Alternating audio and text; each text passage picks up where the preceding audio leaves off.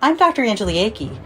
And I'm Dr. Kathleen O'Neill-Smith. Welcome back to the FIRRIMup Doctors Good Medicine docuseries. That's FIRRIM-UP. Dr. Kathleen O'Neill-Smith and I have dedicated our professional lives to studying the latest advances in medicine and applying the safe therapies to care for our patients.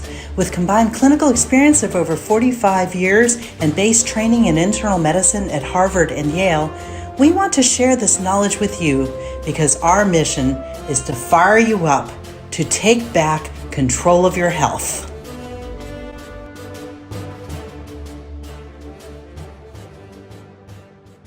Hi, it's Dr. Antiaging. And Dr. Kathleen O'Neill-Smith. And we're the FIRRIMup Doctors, and we're doing a doctor's lounge from the Cora conference in Florence or Firenze, Italia.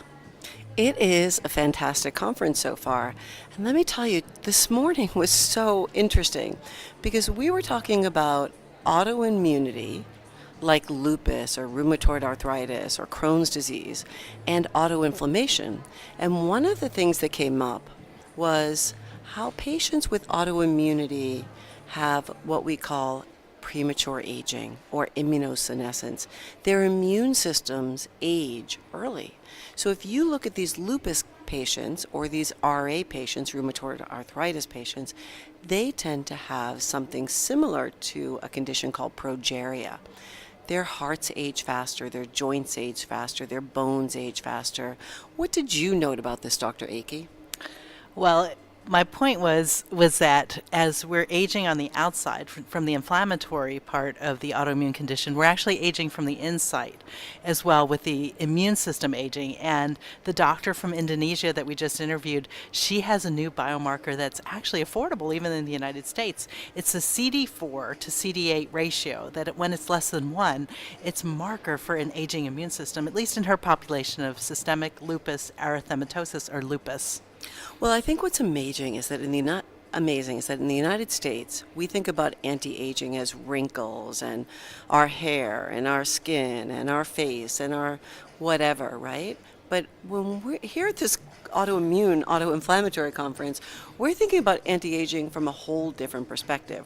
We're thinking about anti-aging for 20-year-olds. And even as we just spoke to a lovely doctor from Russia in pediatric immunology or rheumatology, she noted that in her patients with lupus, they dry up very quickly with a syndrome called Sjogren's syndrome. And so they end up with very, very dry mouths, dry bodies, dry everything.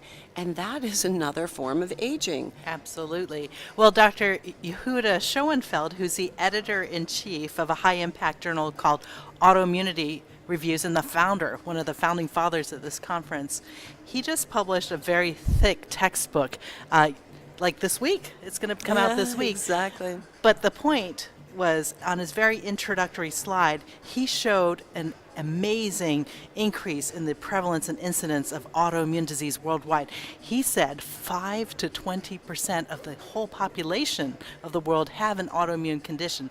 That's 1 in 5 of us.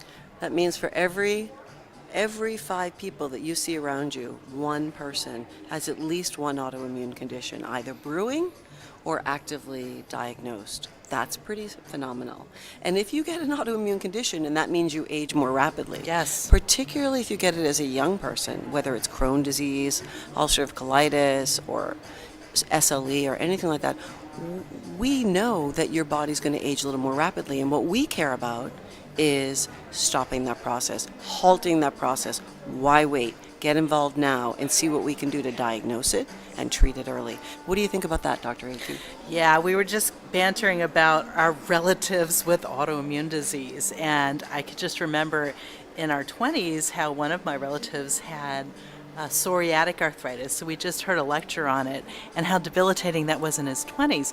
We'll flash to like our 50s, our early 50s now, and it turns out psoriatic arthritis is associated with multi-system disorder, such as cardiovascular disease, osteoporosis, aging body, aging brain. That was a lecture just now. It's amazing. So these are multi-system diseases. If you've got disease in the bowel with Crohn's or ulcerative colitis, or you've got disease in the joints with psoriatic arthritis or on the skin, it's involving all systems. And I have to really think, like, what can we do day in and day out? What can we do to help our patients? What did Dr. Schoenfeld talk about in his autoimmunity lecture that was general? Oh, he is such a broad thinker. He really pushes the envelope for all of us doctors. But what I recall about his lecture was that the use of natural foods. Yes, he talked So about is hot. foods.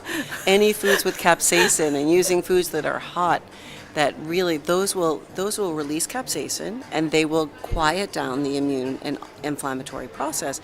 He also talked about curcumin. What do you know about curcumin? Well, curcumin is the 5% active ingredient of that root herb called turmeric. And depending on how well it's absorbed, the specific type that I like is BCM 95 because it's absorbed 7 times higher than all the rest. But it actually is a natural Motrin. It's a natural anti-inflammatory. And Dr. Schoenfeld in his lecture in autoimmune disease loves curcumin.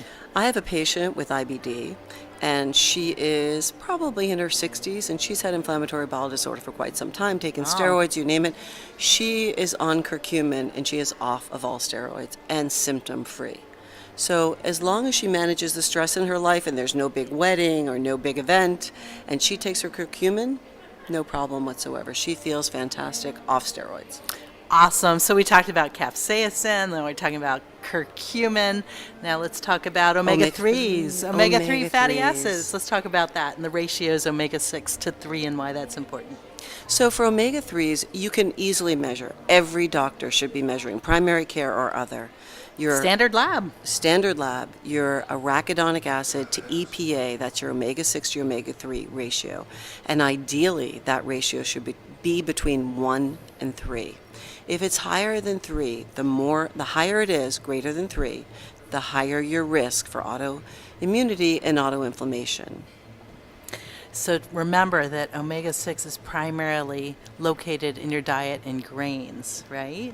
In grains and in animal products. And omega-3 is primarily fish, but you want to get clean fish, not the farm-raised, corn-fed salmon. We're talking the wild salmon. So along with the food, to be honest with you, you're not going to get high levels. You're not going to go from a level of 30 AA over EPA ratio to 2 or 1 with just fish alone. You're going to have to take a really, really, really good supplement. And it's important to not go to your local CVS or store 24-hour store to get it. You're going to have to, really ask somebody what's the best kind of omega-3 that you can take.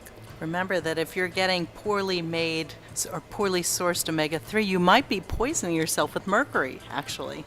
And you might be getting more inflammation. Well, that would be terrible, wouldn't it? So we think if you're going to do something, do it right.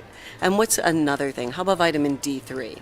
Oh, about the same time that Pluto got demoted from a planet to a rock, vitamin D got promoted from being a vitamin to a hormone because it's a multi-system chemical. It affects every system. That's why it's a hormone. Vitamin D works in the immune system. We're talking about autoimmune and autoinflammation. And so that means your immune system's attacking itself and it's inflaming itself just in a circular manner. So I think that vitamin D is really good. And what are the doses that you like to do, Dr. Akey? Well, I was just going to say also that I tell my patients, it says, shh, to the immune system, just calm down, vitamin D. Well, I like my levels to be definitely above 60. Some people say 70 to 90, but 60 to 80. I dose it very high, though. So D3, I use 5,000 international units. It's a fat-soluble vitamin, so you want to take it with a fat. And usually it depends on the level, 5 to 10,000 international units per day. Per day, 10,000. I often start with 10,000. Certainly if anybody has any skin disorder, I start higher, 10,000 IUs per day. You can also do 50,000 IUs once a week, but it has to be vitamin D3. What about resveratrol? Oh, so, okay. you can't drink the resveratrol. It would be several bottles of wine, right? It would hurt your Hundreds, brain. hundreds of bottles of wine to get the amount of resveratrol. Resveratrol is in Pinot Noir, red wine, and here we are in Italy enjoying our little bit of red wine every day. Yes, but he quoted it as helping. We use it in anti-aging, but he's using it to support the immune system to calm it down in autoimmune disease. Well, it's a good reason to drink your red wine. And the last thing that he mentioned that was really beneficial is...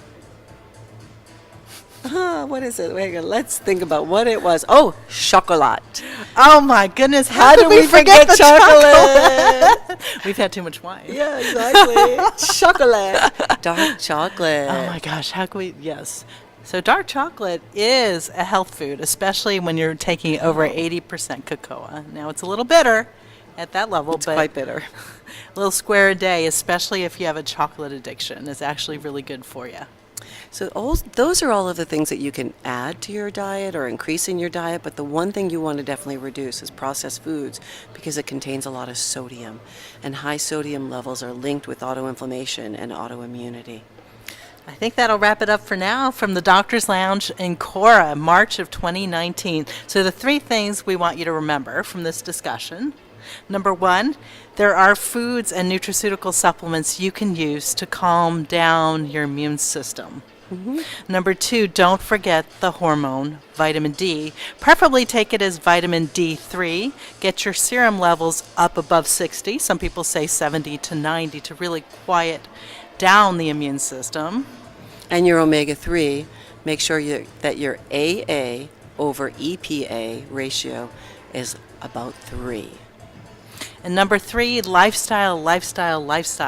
Manage the stress, manage your body weight, get good sleep, and be happy, right? That's right. That's it. That's all you have to do is eat chocolate, drink wine, and be happy. Thank you so much for joining us.